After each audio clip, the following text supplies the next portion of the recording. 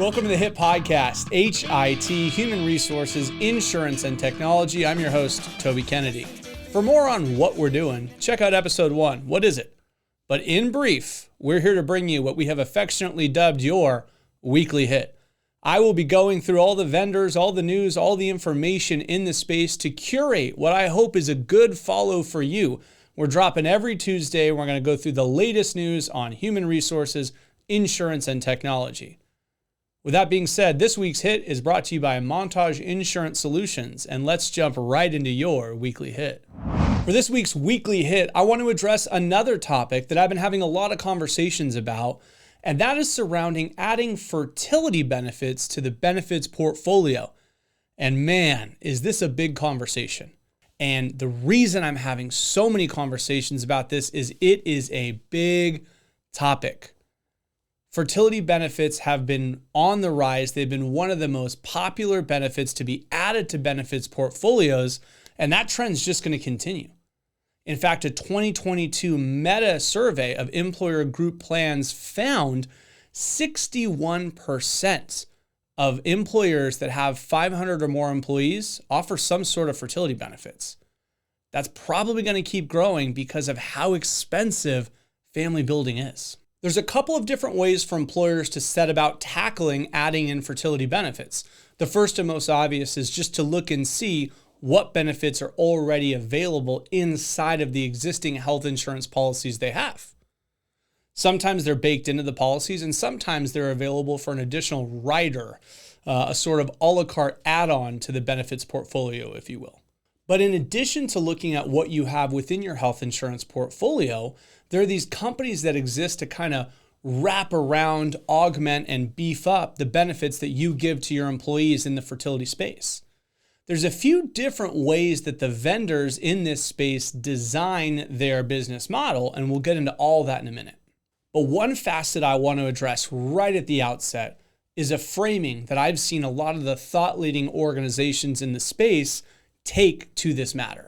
I'd argue that we want to consider broadening the conversation from infertility benefits to family building.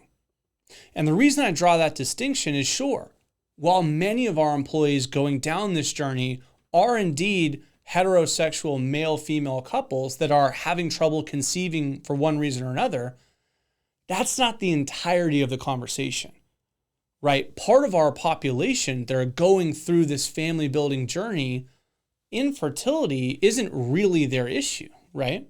So some of our same-sex couples or even individuals that want to have a child and they don't have a partner, they get folded into the conversation about family building because family building includes but extends beyond things like egg freezing and in vitro to include conversations about surrogacy, adoption, and international or domestic adoption, foster care, right? All of the broader dialogue that comes with re-terming it as family building. So the conversation goes beyond just fertility benefits, and actually, although it might not be readily apparent at first blush, really folds some discrimination conversations into the dialogue. Because if all we're talking about is infertility, from a DEI, diversity, equity, and inclusion standpoint, we're not really including folks that are looking to family build where fertility isn't specifically their issue. And according to a Glassdoor survey, 67% of job applicants cite working at an inclusive organization as very important to them. And in fact, another survey showed more than half of the benefits managers in America think it would be exclusionary not to offer some sort of benefit by 2025. So the dialogue about getting into the space for our employees where we assist with family building and using that term family building to broaden the infertility conversation really takes us into a place where as an employer, we're being helpful for all of our employees that are looking to expand their families.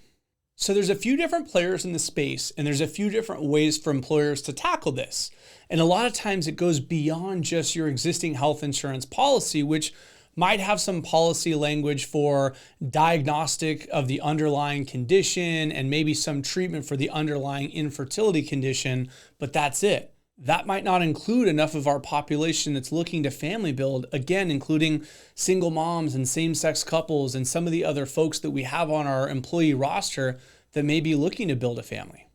The additional riders that you can add to your existing health insurance policy, or even some of the more comprehensive benefits languages, will have some benefits for things like artificial insemination, GIFT, or even ZIFT, right? The zygote intrafallopian transfer. But oftentimes it's a coinsurance amount up to about 50% with a lifetime maximum of maybe a few $1,000s. And so those benefits, even when baked into our health insurance policy, might not extend far enough to be as helpful as we're hoping to be for our employees. And while there's certainly some benefits there, when you figure that family building can easily get into the tens of thousands, if not six figures of cost, you can really start to see how some of these vendors that wrap around can be really worth exploring. There's companies out there that do the additional bucket of money approach, right? Like, for example, someone like Carrot is in this space, and they process literally hundreds of millions of dollars of claims, have millions of members, and really touch a lot of families out there with respect to providing additional money for employees, right? So employers go and get some version of a debit card, so to speak, where employees can approach their providers, use the funds set aside for them, and help have some additional resources to go towards costs. There's also companies out there like Progeny who argue that the sort of dollar cap model actually expands inequities, right? Because for certain races and certain people, going through a whole cycle of IVF, for example, maybe they do or don't need PGTA testing, right? Or they may or may not need other services. And so if you have to start to pick kind of a la carte, it might be more difficult. Whereas if we say, hey, everything involved in a cycle, some of it you might need, some of it you might not need, it's all just called one cycle, right? And we pay for our employees a certain amount of cycles for them to go through treatments, right? And in all these cases, these vendors have certain minimum size of employers they work with, and they'll often charge a nominal per employee per month fee. On top of the fee, then they charge you for utilization, and they'll often put some version of a cap on that for the employer. So the employer knows, hey, look, if no one's using the benefits, I'm only paying this per employee per month fee, but as people go to utilize, I might incur the following expenses. And when you look to project out those claims and expenses, you often find it's really only 1 to maybe 2% of your employee population that actually winds up tapping into this benefit. Believe it or not, it is somewhat industry dependent, where certain industries have higher utilization than others. But from a forecasting standpoint, you know you've got your per employee per month cost that, again, is typically very nominal, 60 to 90 cents sort of a thing. And then you've got your costs for folks to go through their cycles, and you normally hard cap some of those costs, and you design it in that kind of a manner. That being said, the benefits are huge. Vesta, who's another player in the space, and they really kind of focus on the consulting aspect of it in addition to the treatments, they have estimates that adoption in 12 to 24 months can range up to $50,000. Surrogacy can easily get up over $100,000. And even egg freezing can be tens of thousands of dollars and not quite as simple and straightforward as you'd think.